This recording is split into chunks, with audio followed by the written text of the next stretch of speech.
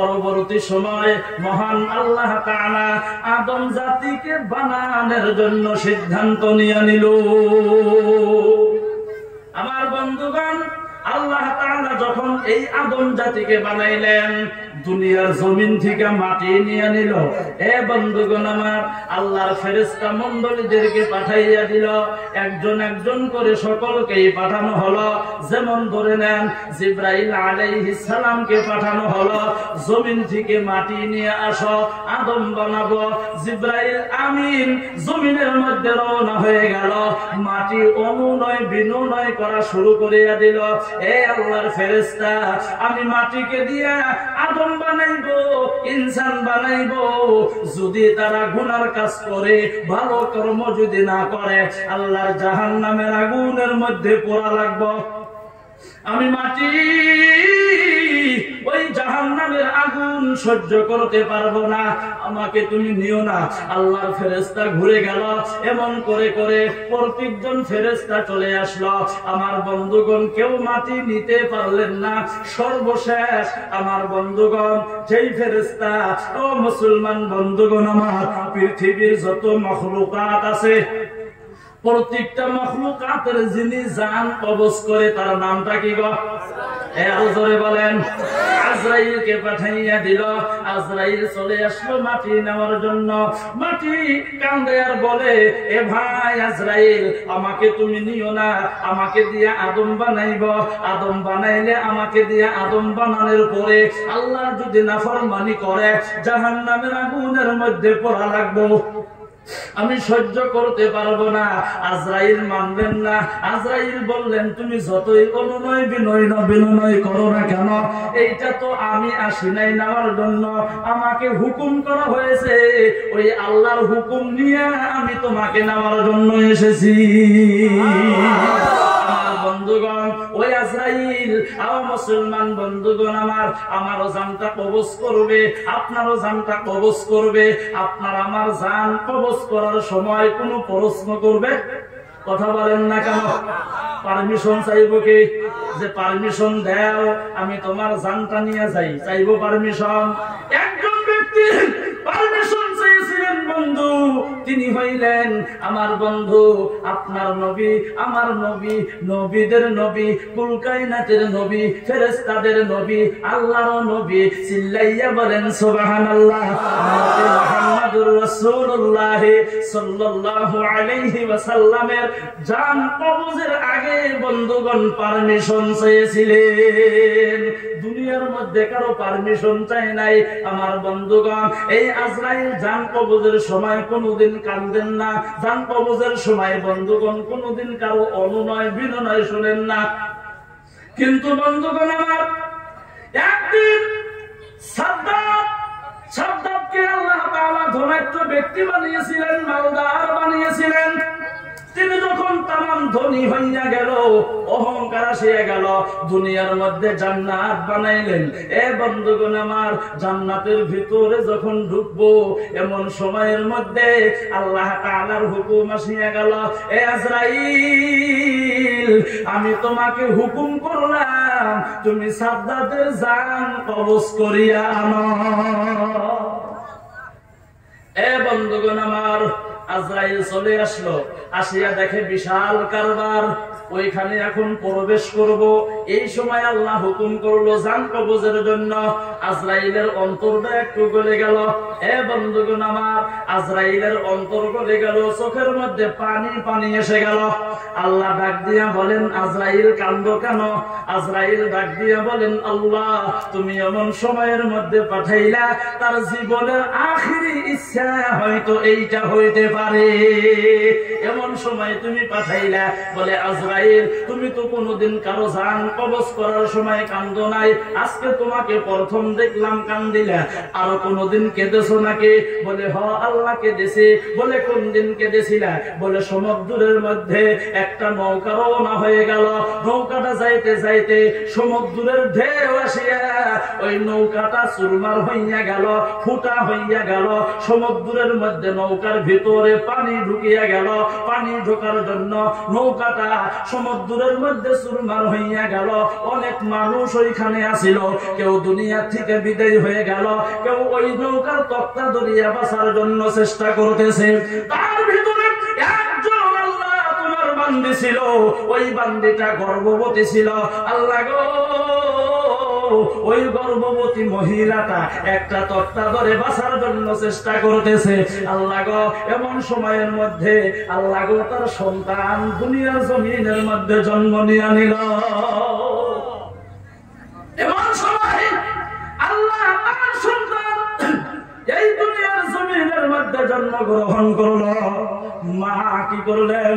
ওই সন্তানকে ওই তক্তার উপরে শুয়াইয়া দিল। নদীর ঢেউ, সমুদ্রের ঢেউ ওই সাইডের থেকে একবার আসে, মা তক্তাটা সুন্দর করে ধরে রাখে যাতে সন্তান পড়িয়া না যায়। আর এক সাইডের থেকে আসে, মা সুন্দর করে ধরে রাখে যাতে সন্তান সমুদ্রের মধ্যে পড়িয়া না যায়। আল্লাহ গো, ওই সময়ের মধ্যে তুমি আমাকে হুকুম করে দিলা ওই মহিলাটার জান কবজ করা লাগে। আল্লাহ, ওই সময় আমি চিন্তা করেছিলাম আল্লাহ এটা কেমন হুকুম করলাম, কিন্তু তোমার হুকুম মানতে তো হবেই, কারণ তুমি তো আল্লাহ। সুবহানাল্লাহ, কারণ তুমি তো আল্লাহ, তুমি ছাড়া তো কোনো আল্লাহ নাই, তুমি ছাড়া তো কোনো মাবুদ নাই। আল্লাহ গো, ওই সময় তুমি হুকুম করলা, আমি চিন্তা করেছিলাম এই বাচ্চাটার কি হবে, কিন্তু তোমার হুকুম তো মানতেই হবে। আমি মহিলাটার জানটা কবজ করলাম। আল্লাহ বলেন তারপরে কি হলো, ওই সন্তানের কি হলো?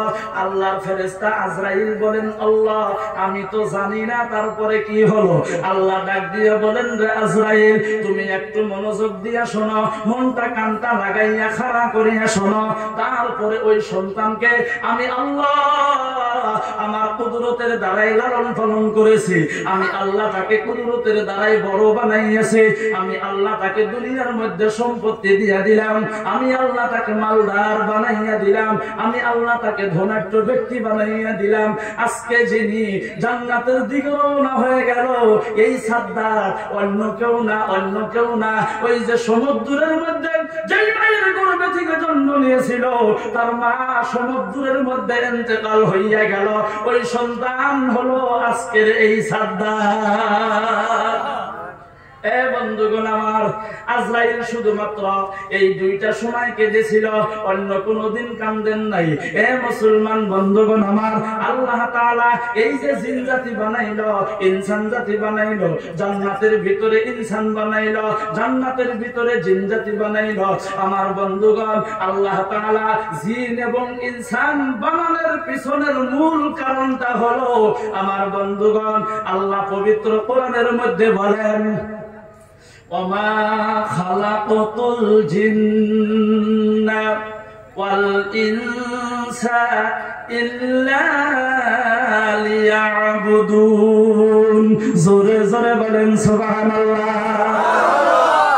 আল্লাহ বলেন, আমি জিন এবং ইনসান জাতি বানাইলাম একমাত্র শুধুমাত্র আমি আল্লাহ তাআলার ইবাদত করার জন্য।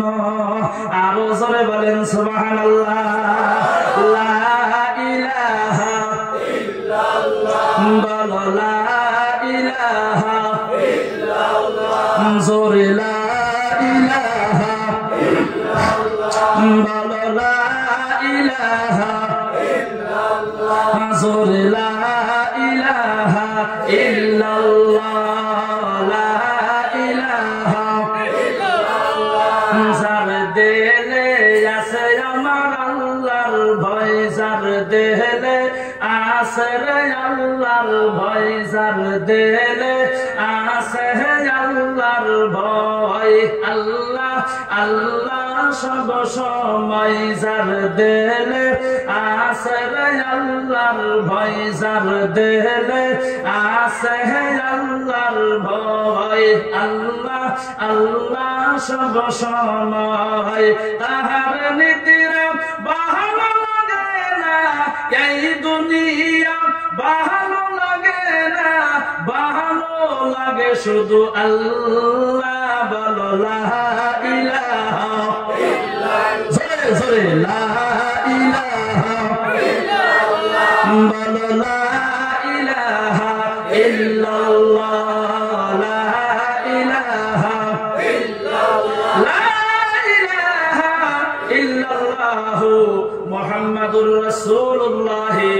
সকলেই বলেন সাল্লাল্লাহু আলাইহি ওয়াসাল্লাম। আমার বন্ধুগণ, খারাপ পাইতেছেন আপনারা? খারাপ পাইলে কি বলবেন যে খারাপ পাই? এক ধর্ম সবাই যায় বলছি ভাই খারাপ পাইতেছেন নাকি গো? পিছন থেকে একটা লোক দাঁত কি বিদায় বলে না খারাপ পাই না বয়ান করেন। আমি মনে মনে ভাবলাম এটা তো ভালো, খারাপ পাইতেছে দেখি গো। পরে ভালো করিয়া খবর নিয়ে দেখলাম মানুষটা তার বাড়িতে তার স্ত্রীর সাথে রাগারাগি করিয়া ধর্ম সভায় এসেছে। বাড়িতে তো পারি নাই, ধর্ম সভায় এসে আমার সাথে রাগ করে। এবার রাগারাগি আছে কি ভাই? বলেন রাগারাগি আছে? বলেন সুবহানাল্লাহ। অনেকে সুবহানাল্লাহ কয় নাই, আর একবার কইবেন আর লক্ষ্য করবেন, লক্ষ্য করবেন, আর একবার কইবেন আর লক্ষ্য করবেন আপনার বগলে যে আছে সুবহানাল্লাহ বলে না বলে না? যদি না বলে আপনি মনে করবেন তার বাড়িতে গন্ডগোল আছে। একবার চিল্লাইয়া বলেন সুবহানাল্লাহ। নাই অপন ঠিক আছে। এই যে সুবহানাল্লাহ জোরে বলছেন, কোনো ক্ষতি হয়েছে নাকি? লাভ না লোকসান? অল্প না বেশি? আসেন একটু দেখায়া দেই। আল্লাহর নবী বলেন যে যত বেশি সুবহানাল্লাহ বলবে কঠিন কিয়ামতের দিন আল্লাহ তাআলা ওই ব্যক্তির নেকির পাল্লাটা ভারী করিয়া দিব। দুই নাম্বার শুনে নেন, আল্লাহর নবী বলেন সুবহানাল্লাহি মা বাইনাস সামাই ওয়াল আরদ। বিশ্ব নবী জানাইয়া দিল এই পৃথিবীর জমিনের মধ্যে যদি কেউ একবার সুবহানাল্লাহ বলে, আসমান থেকে নিয়ে জমিন পর্যন্ত, জমিন থেকে নিয়ে আসমান পর্যন্ত যতটুকুন খালি জায়গা আছে গো, আল্লাহ তাআলা ওই ব্যক্তির নামায় আমলের মধ্যে নেকি লেখিয়া ভরপুর করিয়া দিব। তৃতীয় নম্বরে আরেকটা শুনে নেন, আল্লাহর নবী বলেন সুবহানাল্লাহি ওয়া বিহামদিহি সুবহানাল্লাহিল আযীম। এই কালিমাটা আপনারা জানেন কি জানেন না? জোরে বলেন। আমরা সকলেই জানি, জানি কি জানি না?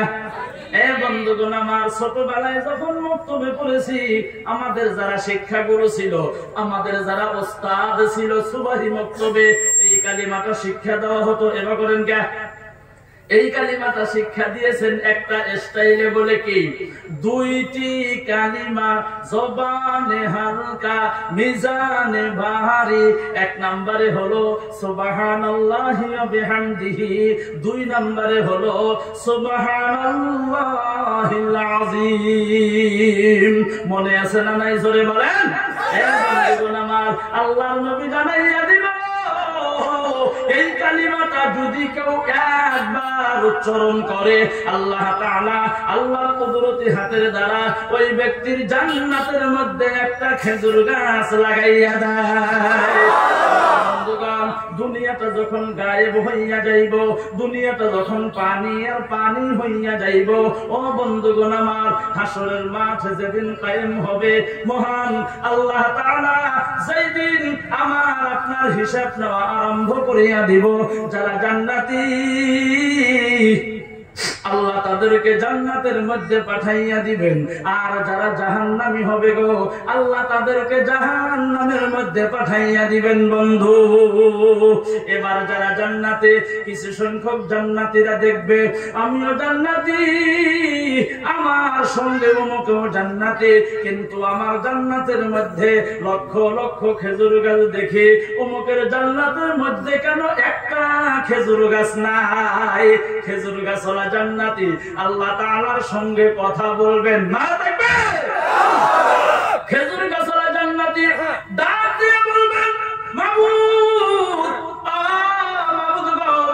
আমিও জান্নাতি, আমার সঙ্গে অমুকেও জান্নাতি, কিন্তু আমার জান্নাতের মধ্যে লক্ষ লক্ষ খেজুর গাছ দেখি, অমুকের জান্নাতের মধ্যে কেন একটা খেজুর গাছ নাই? খেজুর গাছওয়ালা জান্নাতি আল্লাহ তাআলা ওই খেজুর গাছওয়ালা জান্নাতের সঙ্গে কথা বলবেন, ডাক দিয়া বলবেন, রে বান্দা, দুনিয়ার জমিনের মধ্যে আমার রাসূল বলেছিল, দুনিয়ার মধ্যে আমার হাবিব বলেছিল, আমার পবিত্রতা যদি কেউ একবার উচ্চারণ করে, আলোচনা করে, গবেষণা করে, বিশ্লেষণ করে, আমি আল্লাহ আমার কুদরতি হাতের দ্বারা ওই ব্যক্তির জান্নাতের মধ্যে একটা খেজুর গাছ লাগাইয়া দেই।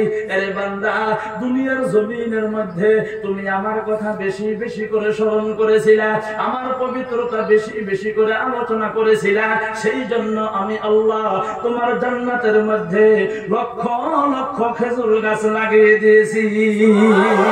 আরো জোরে বলেন সুবহানাল্লাহ, আরো জোরে বলেন না সুবহানাল্লাহ। বন্ধুগণ, তাহলে সুবহানাল্লাহ, আলহামদুলিল্লাহ, ইনশাআল্লাহ, ইন্নালিল্লাহ, আল্লাহু আকবার বলাই লাভ না লোকসান? আমরা সকলেই জোরে বলবো, বলেন ইনশাআল্লাহ। আরো আস্তে বলেন ইনশাআল্লাহ, আরো জোরে বলেন ইনশাআল্লাহ। এখন কথা মনে মনে ভাবতেছি যে ইনশাআল্লাহ জোরে কইলে যদি হুজুর আবার হাসায়, ইনশাআল্লাহ বলার মধ্যে লাভ আছে, লাভ আছে না গো? আশরাফ আলী থানভী রাহমাতুল্লাহ আলাইহি হাকিমুল উম্মত যাকে বলা হয়, কিতাবের মধ্যে লিখছেন, দৈরামান আপনাদের পটা মাছগাঁও বাজারে, গরুর বাজার হয় না গো? গরুর বাজার। এই বাজারের মধ্যে এক ব্যক্তি গরু ব্যাপারী এই গ্রামের থেকে গরু কেনার জন্য যায়, ব্যাপারী মানুষ। ধরে না করে ভাই হাতে দেয়, ভাই কিন্তু না, উদাহরণ দিছি, হাবিব সাহেব ভাইয়ের হাতে দেয়, ভাই সালাম দেয়, মুসাফা করে গেছে ব্যাপারী, ভাই কোনে যান? কয় গরু কিনবার যাই। ইনশাআল্লাহ তো কইলেন না? হ্যাঁ, আমার টেহা দিয়ে গরু কিনবো ইনশাআল্লাহ কোন কে? গরুর বাজারে পকেট মার বেশি থাকে না কম থাকে গো? বাজারে গেছে পকেট মার নতুন বেলেট কিনে আইনা পকেট কাইটা টেহা নিয়ে গেছে, ব্যাপারী জানে না। এখন গরু পছন্দ হয়েছে, দাম দর মিশছে, টেহা দেওয়া লাগে। গরুর মালিকে কয়, ব্যাপারী ভাই টেহা দেন। পকেটে হাত দিছে, হাত খালি নিচের দিকে যায় আর যায়, যায় আর যায়, হাত আর থামে না। মানুষটা বগা আসলো, কালা কুকুর হওয়া গেছে গা। কারণ গরুর মালিকে ডাক দিয়ে কয়, ব্যাপারী ভাই কালা হইলেন কে? টেহা আড়াইছি ইনশাআল্লাহ। ইনশাআল্লাহ এই কথা কয়ে বাড়ির দিকে রওনা, বাইরে হাতে রাস্তায় আবার দেখে, মনে মনে কয় গরু কিনবার গেল, গরু কই? সালাম দিয়ে মুসাফা করে জিজ্ঞেস, ব্যাপারী ভাই গরু কই? কয় কিনি না ইনশাআল্লাহ। ভাই আসরিত মনে মনে কয়, কখন কয় না ইনশাআল্লাহ, এখন বলে ইনশাআল্লাহ, কারণ কি? আবার জিজ্ঞাসা, কিসের লিগে কিনেন নাই? কয় টেহা আড়াইছে ইনশাআল্লাহ। কি বা করে আড়াইছে? কয় জানি না ইনশাআল্লাহ। এখন কোনে যান? কয় বাড়িতে যাই ইনশাআল্লাহ। বাড়িতে যা কি করবেন? রাগ উঠতো না? এদিকে টেহা আড়াইছে, গণওয়ালা আরম্ভ করছে, কি করে করবো ইনশাআল্লাহ। তারপরে ইনশাআল্লাহ ছাড়েন নাই। হাকিমুল উম্মত আশরাফ আলী থানভী রাহমাতুল্লাহ আলাইহি, যাকে আমার বন্ধুগণ হাকিমুল উম্মত বলা হয়, তিনি মুসলমানের হাসি নামের কিতাবের মধ্যে লিখছেন, এই ইনশাআল্লাহ যদি তুমি আগেই বলতাও, কি জানি তোমার টাকা হারাইতো। চিল্লাইয়া বলেন সুবহানাল্লাহ। সুবহানাল্লাহ, আলহামদুলিল্লাহ, ইনশাআল্লাহ, ইন্নালিল্লাহ, আল্লাহু আকবার বলায় লাভ আছে। আমরা সকলে জোরে বলবো, একটু বলেন ইনশাআল্লাহ, আরো জোরে বলেন ইনশাআল্লাহ। আমার বন্ধুগণ, খারাপ পাইতেছেন আপনারা? এ মুসলমান বন্ধুগণ আমার, আল্লাহর বান্দা নবীর উম্মতেরা গো, মুসলমান বন্ধুগণ আমার, এই যে আল্লাহ যে বললেন, এখানেও বললেন, দুইটা বলছি, আমি লম্বা করব না, সংক্ষিপ্ত নিয়ে নিলাম। দুইটা জায়গায় আল্লাহ বলছেন, ইনসান এবং জিন জাতি সৃষ্টি করার উদ্দেশ্য আমি আল্লাহর ইবাদত করা।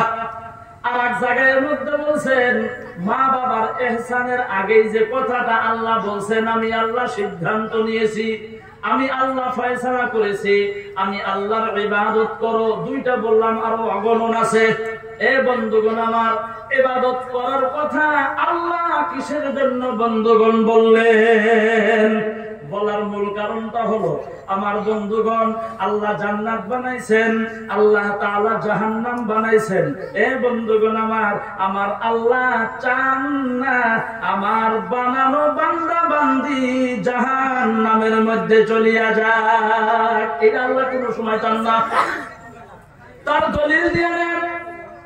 আল্লাহর নবী বলেন পৃথিবীর জমিনের মধ্যে আল্লাহ যত মানুষ বানাইছে গো কি লো ভাই বানাইছে আরো দিলে দেন লা ইলাহা ইল্লাল্লাহ বলো লা ইলাহা ইল্লাল্লাহ এটা সাউন লা ইলাহা ইল্লাল্লাহ জোরে লা ইলাহা ইল্লাল্লাহ লা ইলাহা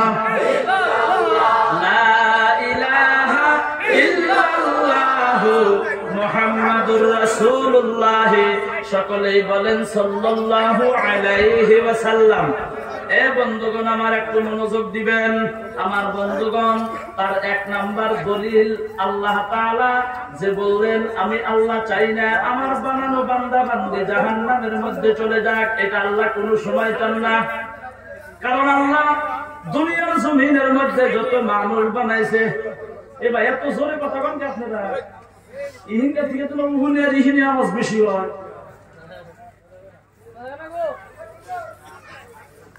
আল্লাহ জানাইয়া দিছেন দুনিয়ার মধ্যে আল্লাহ যত ইনসান বা মানুষ বানাইছে যারা এসেছিল যারা আছে সামনের দিনে যারা আসবে প্রত্যেকের জন্য আমার আল্লাহ জান্নাতের মধ্যে একটা একটা করিয়া ঘর বানাইয়া রাখছে। জোরে কন্যা সুবহানাল্লাহ। আমার বন্ধুগণ এবার প্রশ্ন সকলের জন্যই যদি আল্লাহ জান্নাতের মধ্যে ঘর বানাইয়া রাখলো, আমার বন্ধুগণ এই যে আমরা কোরআন হাদিসের আলোকে শুনতে পারি, উলামায়ে কেরামদের মুখে শুনতে পারি, নমরুদ, ফেরাউন, সাদ্দাত, হামান, আবু জেহেল, আবু লাহাব, আবু সুফিয়ান, উতবা, সাইবা এরা জান্নাতে যাইব কি গো? কথা বলেন জান্নাতে যাইব? এই বন্ধুগণ আমার আল্লাহ তাহলে এনারা জান্নাতে যাইবে না, এদের জান্নাত আল্লাহ আপনি কি করবেন? আমার বন্ধুগণ আল্লাহ বলেন নবী উম্মতকে জানাইয়া দেন আমি আল্লাহ আমার মুমিন বান্দা বান্দীদের উপরে একটা ডিউটি দিয়ে দিলাম ইবাদত। ডিউটির নাম কি? আরো জোরে বলেন ইবাদত। আমার বন্ধুগণ একটা হইল এই ইবাদতের মধ্যে দুইটা অংশ, একটা হইল মূল ইবাদত আর একটা হইল অভার ইবাদত। দুইটা মানুষে কর্ম করে দেখবেন 8 ঘন্টা, 8 ঘন্টায় 500 টাকা পায়। আবার যদি 2 ঘন্টা বেশি করে গো 2 ঘন্টা বেশি করার জন্য 200 টাকা বোনাস পায়। পায় না পায় না গো? আল্লাহ জানাইয়া দিলেন আমি আমার বান্দাদের উপরে ডিউটি দিয়ে দিলাম ইবাদত। তার মধ্যে একটা মূল ডিউটি আর একটা হইল আবার ডিউটি। মূল ডিউটিটা হলো আল্লাহর প্রধান হুকুম 5 ওয়াক্ত নামাজ পড়বা, এইটা মূল ডিউটি। আমার বন্ধুগণ পবিত্র রমজান মাসে রোজা রাখো, এইটা হইল মূল ডিউটি। আমার বন্ধুগণ ধনী মানুষ বছরে একবার যাকাত দাও, মূল ডিউটি। এ বন্ধুগণ আমার আপনি ধনী হইয়া গেলেন, আপনার জীবনে একবার হজ করেন, মূল ডিউটি। আমার বন্ধুগণ তাহলে ওভার ডিউটি কোনটা?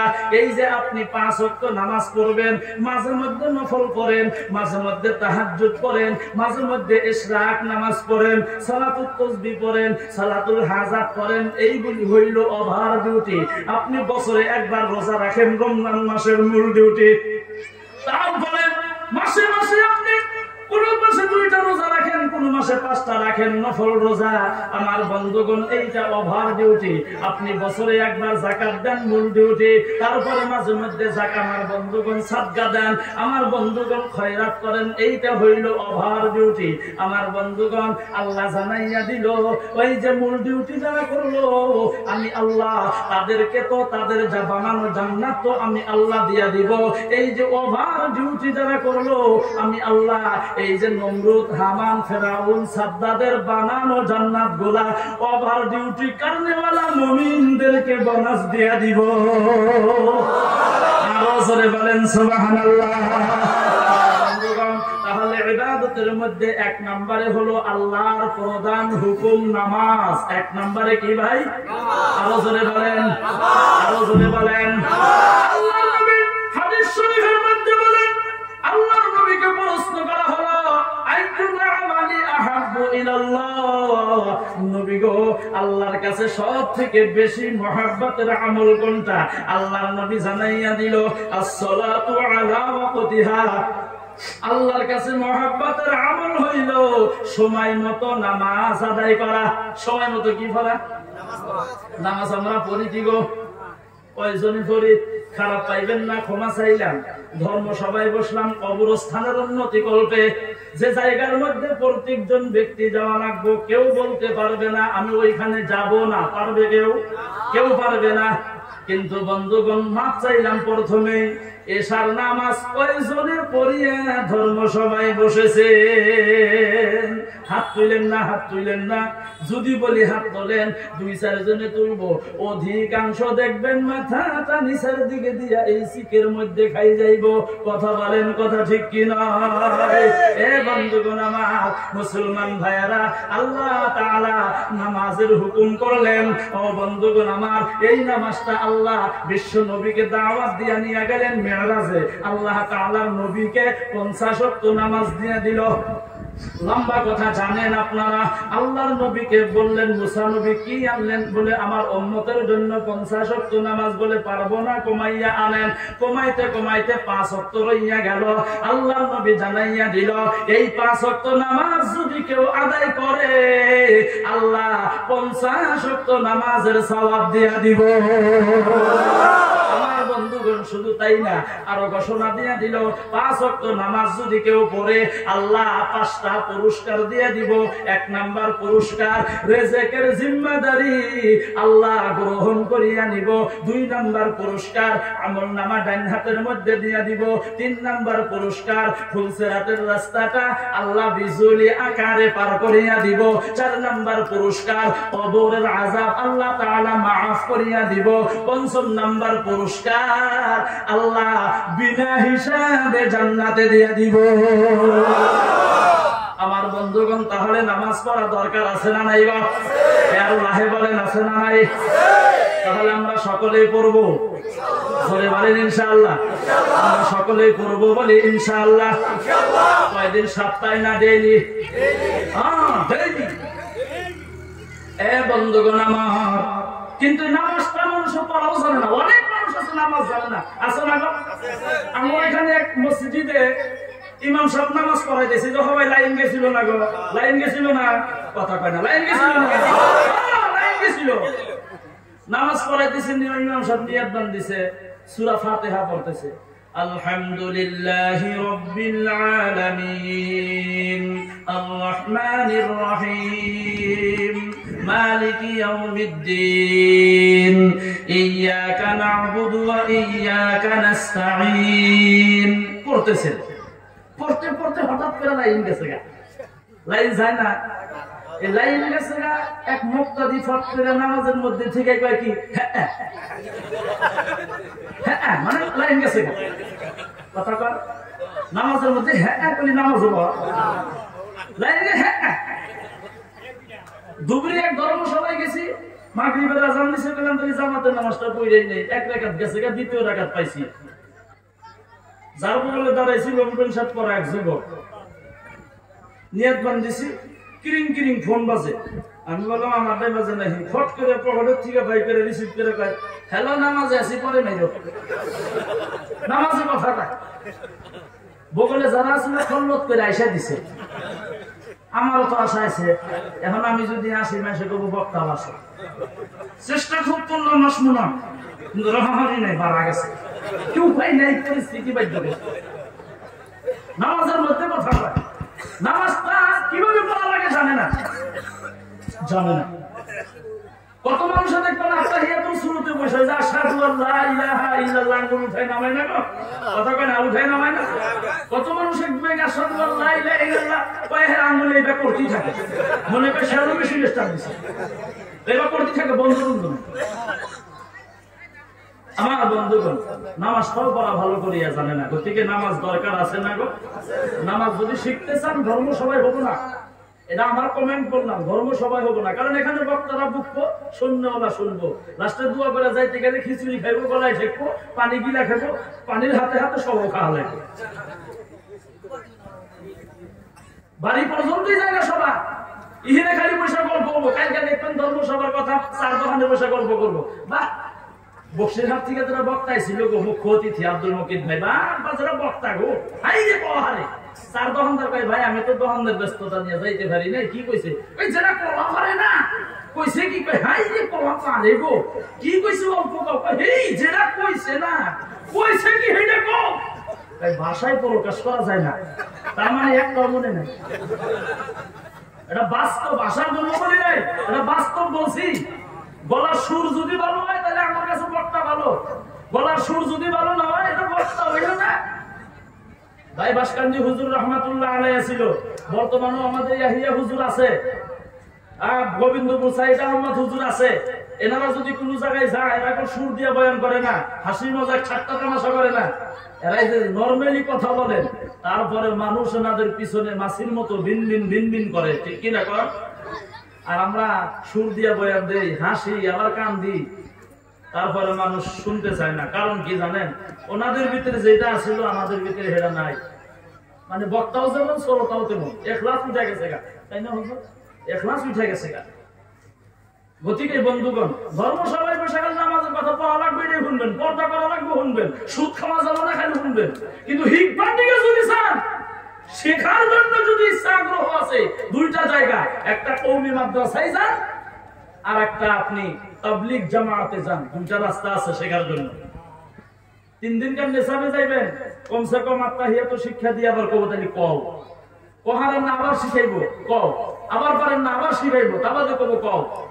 শুদ্ধ না হওয়া পর্যন্ত, যতটুকু আমি সব জানে, শুদ্ধ না হওয়া পর্যন্ত আপনি শিখাই থাকবো। ধর্ম সবাই কেউ শিখাইছে কি গো আত্মাহিয়াতটা কম, কইছে কি ধর্ম সভা করেন আলহামদুলিল্লাহ, কারণ আমরা সভা করি, এটা যদি বন্ধ করেন আমরা কি করবো? সভা করেন ভালো, ফজিলত আছে, রহমত আছে, বরকত আছে, আলহামদুলিল্লাহ।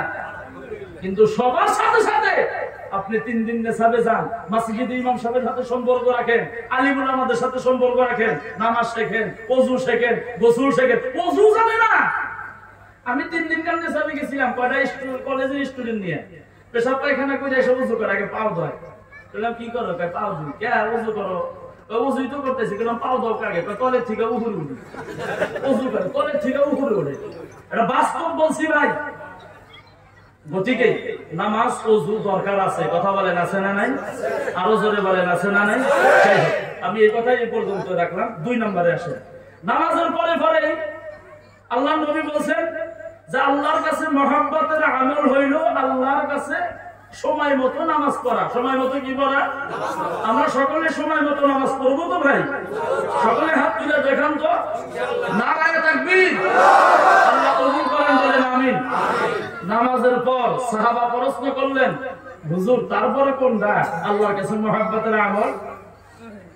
আল্লাহর নবী বললেন বিররুল ওয়ালিদাইন, মা বাবার সাথে ভালো ব্যবহার করা, সৎ ব্যবহার করা।